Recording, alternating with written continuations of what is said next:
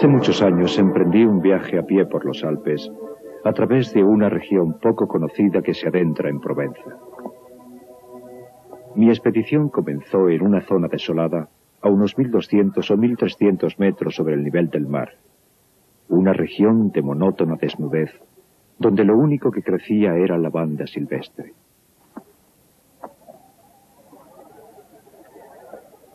Atravesé esta región por la parte más ancha, y al cabo de 3 días de camino me encontré en un desierto, una tierra baldía y estéril. Acampé junto a las ruinas de un pueblo abandonado. Se había terminado la reserva de agua y necesitaba urgentemente encontrar más. Aquel racimo de casas, a pesar de encontrarse en ruinas, me hizo suponer que en algún momento debió haber allí una fuente o un pozo.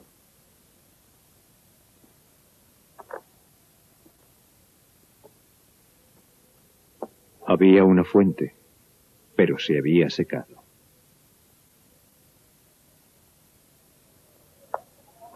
Aquella media docena de casas sin techo, erosionadas por el viento y la lluvia, y la pequeña iglesia con su campanario semiderruido, se agrupaban como las casas y las iglesias de los pueblos habitados. No había vida en ellas. Era un claro día de junio, y en aquellas alturas desprotegidas, el viento resultaba insoportable. Crujía y gemía por entre los esqueletos de las casas como un animal salvaje devorando a su presa. Me vi obligado a levantar el campamento.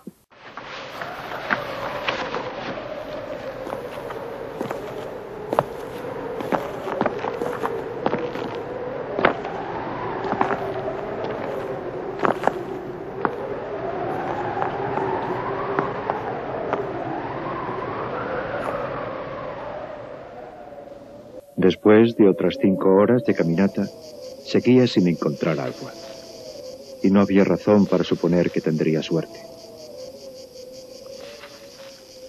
Por todas partes reinaba idéntica sequía. No se veía más que maleza amarilla.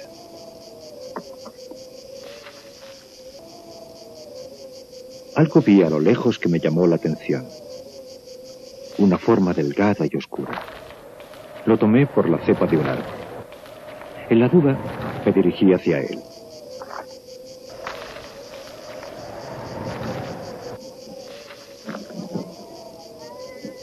Era un pastor. Le rodeaban unas 30 ovejas tumbadas sobre la tierra caliente.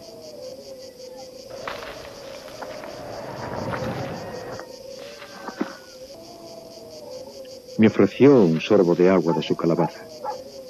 Un poco después, me condujo hasta su redil que se encontraba en un pequeño valle. Sacó agua. Un agua estupenda de un pozo natural muy profundo, al que había provisto de una polea rudimentaria.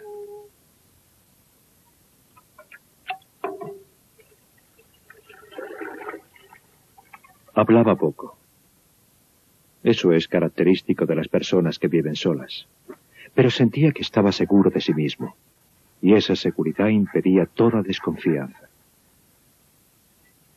Aunque resultaba extraño en una tierra tan poco hospitalaria, no vivía en una choza de pastor, sino en una casa de piedra que seguramente él habría reparado con sus manos al llegar aquí.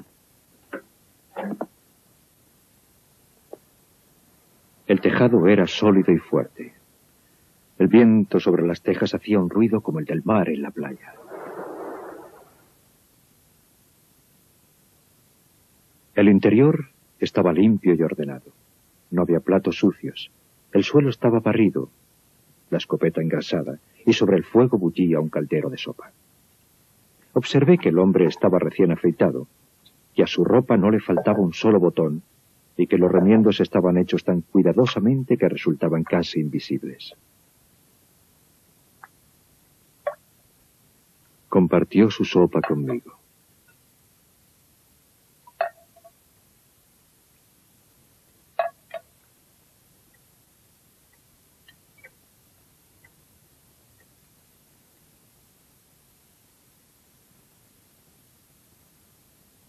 Más tarde, al ofrecerle tabaco de mi petaca, Me dijo que no fumaba. El perro, tan callado como su dueño, era cariñoso, sin ser servil.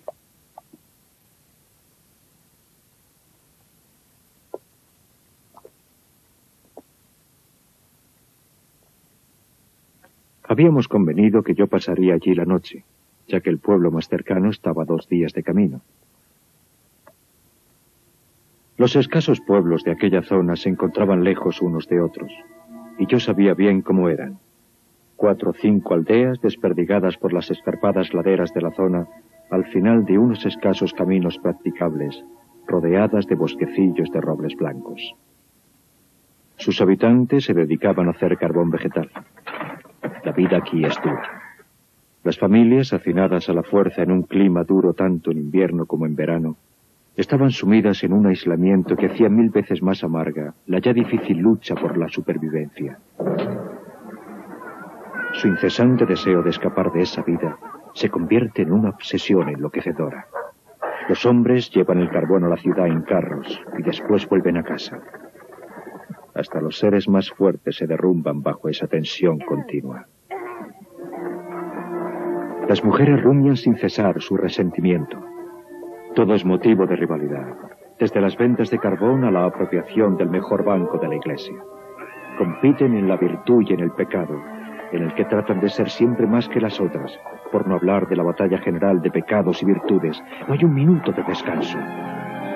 Y el viento, siempre el viento que tampoco conoce el descanso, destrozando los nervios sin piedad. Hay epidemias de suicidios y casos de locura, muchos de los cuales se traducen en asesinatos.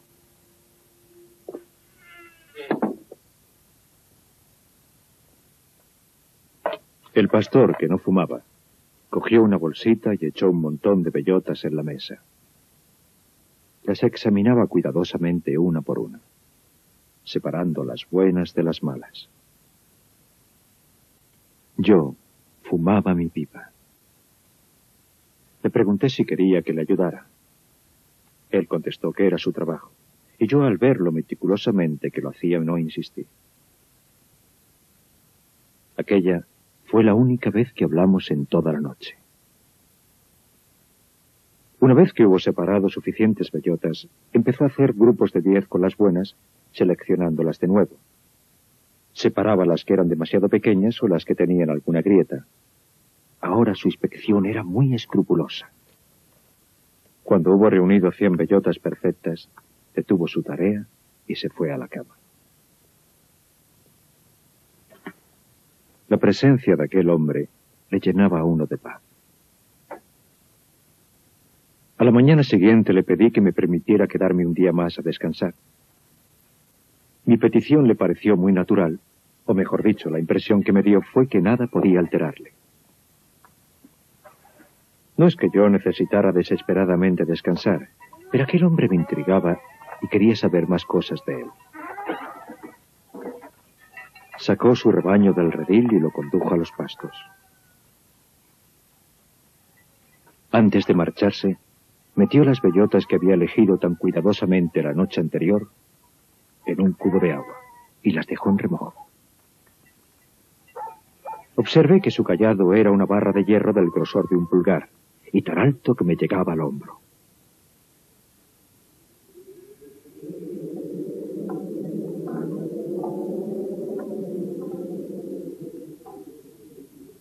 Yo fingí que me iba a dar un paseo tranquilo y le seguí desde lejos, tomando un camino paralelo al suyo.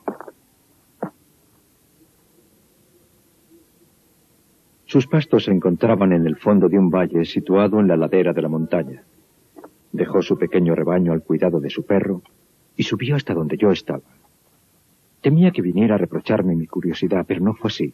Vino hacia mí simplemente porque tenía que pasar por allí y me invitó a acompañarle si no tenía nada mejor que hacer. Su destino era la cima del monte un poco más arriba. Cuando llegamos, hundió su barra de hierro en la tierra, echó una bellota en el agujero y después lo cubrió de nuevo con tierra.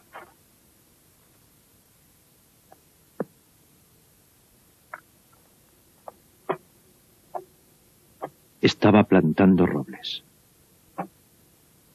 Le pregunté si la tierra era suya. Me contestó que no. Le pregunté si sabía de quién era. No, lo ignoraba. Suponía que eran terrenos comunitarios que pertenecían al municipio o tal vez a personas que no los utilizaban, pero no le interesaba quién fuera el dueño. Siguió plantando cuidadosamente sus 100 bellotas.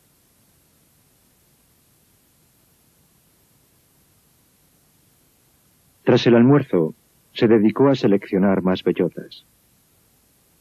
Debí ser muy insistente en mis preguntas, porque me contestó.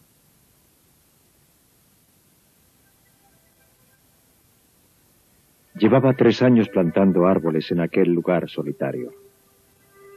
Había plantado ya 100.000. De estos habían nacido 20.000.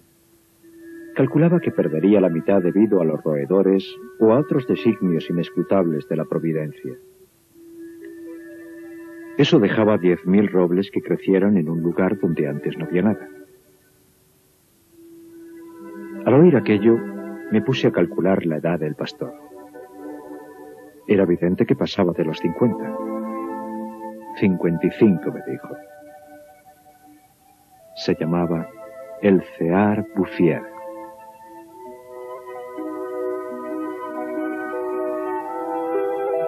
Antes había sido propietario de una granja en la meseta. Esa había sido su vida. Había perdido a su único hijo y después a su mujer.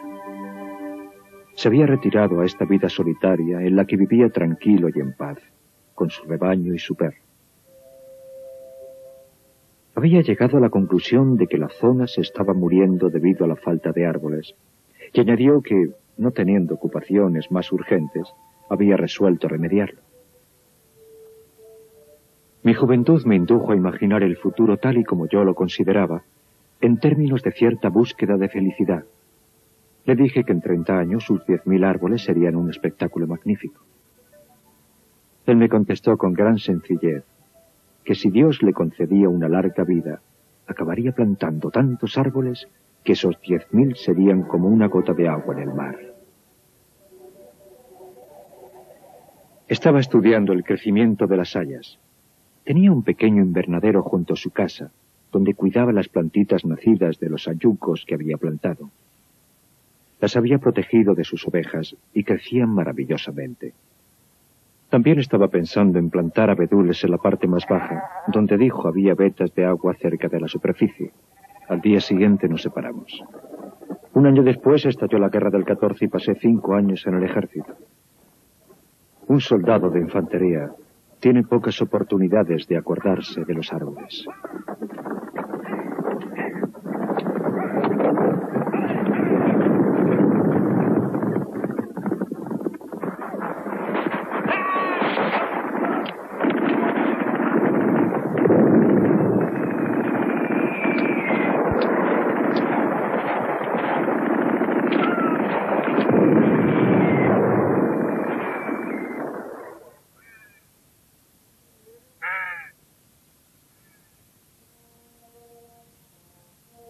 Al licenciarme, me encontré en posesión de una modesta gratificación del ejército y sentí la imperiosa necesidad de respirar aire puro. No tenía ningún otro propósito al emprender de nuevo el camino que conducía a aquellas tierras desoladas. Habían cambiado muy poco, a no ser porque más allá del pueblo muerto, vi a lo lejos una especie de niebla gris que alfombraba los montes.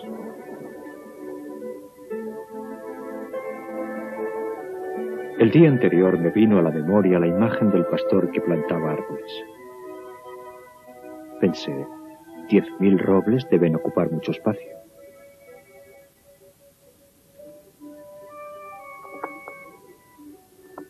En aquellos últimos 5 años, había visto tantos muertos que me temía lo peor con respecto a Elzéar Bouffier.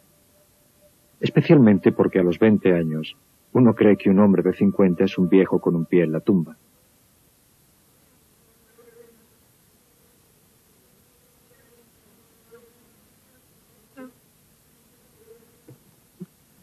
Pero no estaba muerto.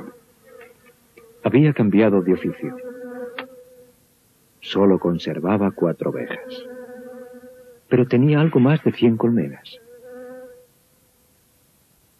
Se había deshecho de su rebaño porque ponía en peligro sus plantaciones de árboles. No había prestado atención a la guerra. Había seguido plantando imperturbablemente. Los robles que había plantado en 1910 tenían ya 10 años y eran más altos que nosotros. ¡Qué espectáculo tan impresionante! Me quedé literalmente sin habla. Y como no era un hombre locuaz, pasamos el día paseando en silencio por su bosque. Estaba compuesto de 3 partes y la parte más larga tenía un total de 11 kilómetros y la parte más ancha no medía menos de 3. Cuando uno piensa que todo aquello había surgido de las manos y el alma de un solo hombre, sin la ayuda de ningún medio mecánico, se da uno cuenta de que el hombre puede emular a Dios en tareas que no siempre conducen a la destrucción. Había sido fiel a su dueño, y las hayas que se perdían en el horizonte tan altas ya que nos llegaban a los hombros, eran testimonio de ello. Los robles eran fuertes, y ya había pasado la época en que estaban a merced de los roedores, y por lo que respecta a los designios de la providencia misma, habría tenido que recurrir a un ciclón para destruir lo que había creado un solo hombre. Me mostró unos admirables bosquecillos de abedules de 5 años, que había plantado por lo tanto en 1915, mientras yo combatía en la batalla de Verdún. Había reservado para ellos la parte baja, suponiendo con razón la presencia de agua a poca profundidad. Tenían la ternura de los adolescentes, y se los veía muy seguros de sí mismos. Además, la creación parecía seguir su curso natural, pero aquel hombre no se preocupaba por eso. Se limitaba a ejecutar invariablemente su sencilla tarea. En mi camino de vuelta hacia el pueblo, vi correr el agua en lechos de arroyos que estaban desde hacía mucho tiempo. Ese fue el más espectacular de los efectos del ciclo de la naturaleza que tuve ocasión de observar. Mucho tiempo antes, aquellos lechos habían estado llenos. Algunos de los pueblos miserables que mencioné al principio de mi historia estaban construidos sobre emplazamientos romanos de los que aún se conservaban vestigios. Los arqueólogos, al excavar en las ruinas, habían encontrado anzuelos en lugares donde en el siglo XX la gente compraba cisternas para poder disponer de un poco de agua. El viento transportaba ahora semillas al tiempo que volvía a aparecer el agua. Y crecieron de nuevo los sauces, los juncos, los prados, nacieron jardines y flores, y surgió una razón para vivir. Pero el cambio se produjo de una forma tan gradual que a nadie sorprendió. Los cazadores que se adentraban por estos montes inhóspitos en busca de liebres y de osos, sí que habían observado el deslumbrante surgimiento de árboles jóvenes, pero lo habían atribuido a uno de los innumerables caprichos de la naturaleza. Esta era la razón de que nadie hubiera impedido la labor de aquel hombre. Si alguien hubiera sospechado que se trataba de una acción humana, habría intentado entorpecerla. Pero ¿quién podría suponerlo? ¿Qué habitante de los pueblos, qué autoridad administrativa habría podido imaginar una generosidad tan constante, tan magnífica? A partir de 1920, no pasó un solo año sin que visitara al Cear Bouffier. Jamás desfalleció. Y Dios sabe que con frecuencia debió pensar que el cielo estaba en contra suya. Jamás se me ocurrió enumerar los obstáculos con que se encontró. Pero es fácil imaginar que para tener un éxito como el que tuvo, debió enfrentarse a muchas adversidades. Y para conseguir que su sueño se hiciera realidad, debió haber luchado innumerables veces contra la desesperación. Hemos de recordar que aquel hombre tan excepcional actuaba en completa soledad, tan completa que hacia el fin de sus días se le había olvidado hablar. O tal vez no hubiera ninguna necesidad de hacerlo.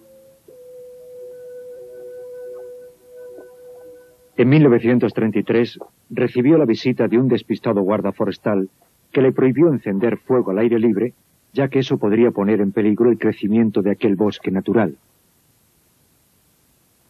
En su ingenuidad, El guarda recalcó que era la primera vez que veía un bosque crecer solo.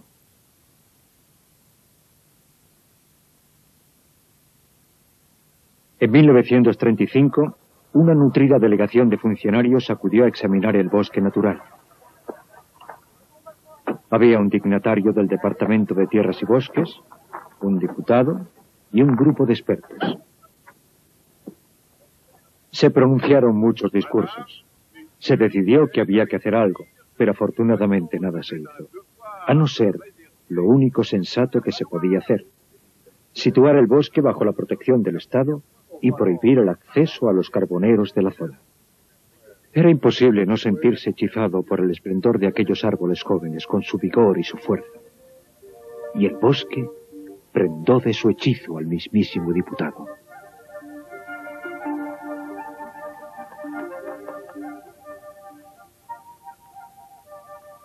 Uno de los guardas de la delegación era amigo mío. Le expliqué el misterio.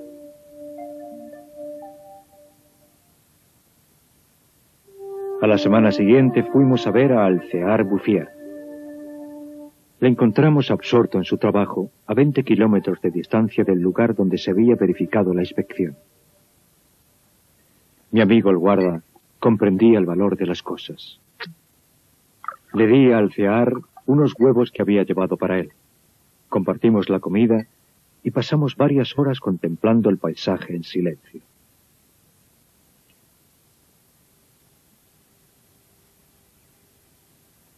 La pendiente por la que habíamos subido estaba cubierta por árboles de 6 o 7 metros de altura. Recordé el aspecto que presentaba aquella región en 1913, el de un desierto. El trabajo tranquilo y constante, el aire saludable de las montañas, su frugalidad y por encima de todo su paz mental habían dotado a aquel hombre de una salud que era casi un aura. Era uno de los atletas de Dios. Me preguntaba cuántas hectáreas más cubriría de árboles. Antes de marcharnos, mi amigo se limitó a hacer una sugerencia sobre el tipo de vegetación para la que aquellas tierras parecían más favorables. No insistió más. Por la sencilla razón, me explicó después, de que de eso él sabe mucho más que yo. Debió seguir dándole muchas vueltas más porque, tras una hora de camino, añadió: sabe más que nadie.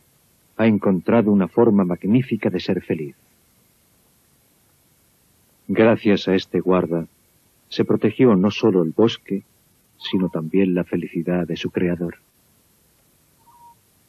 El bosque se encontró en peligro solo una vez, durante la guerra de 1939. Los coches de la época funcionaban con generadores de leña y nunca había bastante madera. Empezaron a cortar robles en 1910. Pero el bosque estaba tan lejos de cualquier camino practicable que la tala resultaba antieconómica y se abandonó.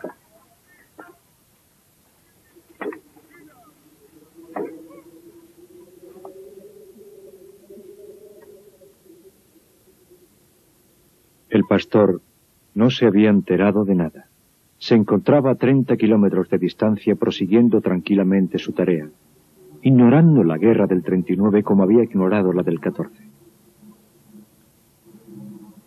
La última vez que vi a Alcear Bouffier fue en junio de 1945.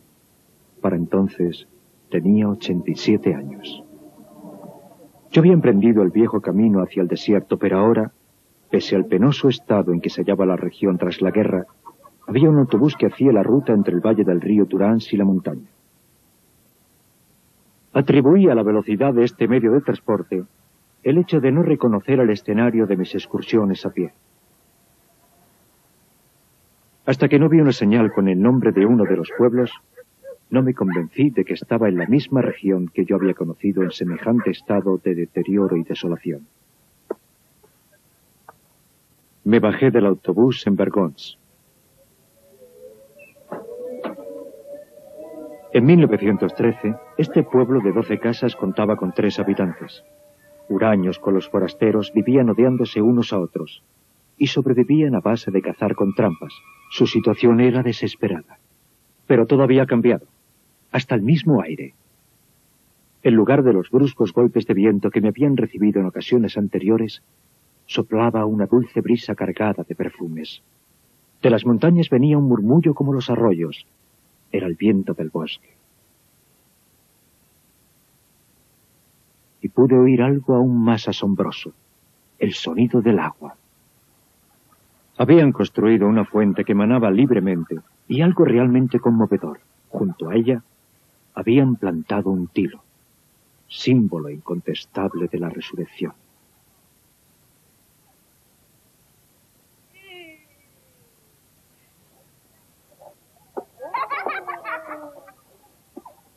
También en otros aspectos presentaba Vergons muestras de una clase de tarea que solo se emprende si hay esperanza.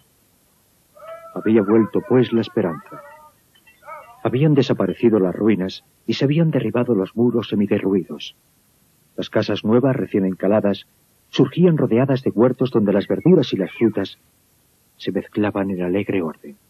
Juntas crecían, pero no revueltas, repollos y rosas, puerros y dragones, apio y anémonas. Aquel pueblo se había convertido en un lugar que invitaba a quedarse. Desde allí proseguí a pie. La guerra no había permitido que la vida floreciera en todo su esplendor, pero Lázaro había resurgido de su tumba. En las faldas de la montaña vi pequeños campos de centeno y cebada, y en el fondo de los estrechos valles los pastos empezaban a verdear de nuevo.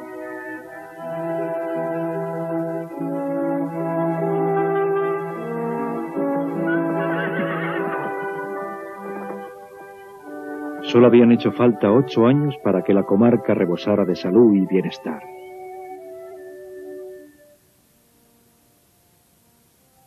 En lugar de las ruinas que había visto en 1913, había ahora granjas primorosas recién encaladas, signo de una vida cómoda y feliz. Las antiguas fuentes, alimentadas por la lluvia y la nieve retenida por el bosque, habían empezado a brotar de nuevo. Cada granja dispone de agua de los arroyos que se derrama sobre la tierra alfombrada de mente fresca. Los pueblos habían sido reconstruidos poco a poco. A las montañas había acudido gente del llano, donde la tierra es cara, trayendo su juventud, su vigor y su espíritu de aventura. Por los caminos se veía gente sana, bien alimentada, muchachos y muchachas que sabían reír y que habían recobrado el gusto por las diversiones sencillas.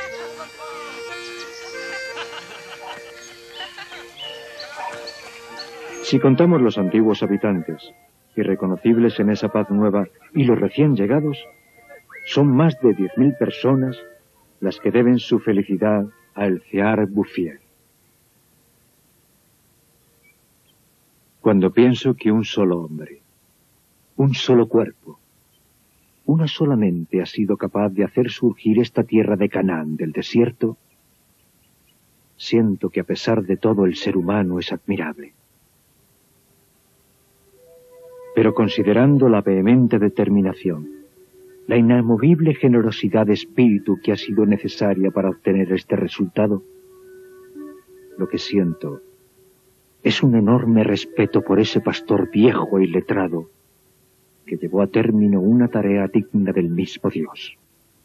El Cear Bouffier murió serenamente en 1947 en Vanol.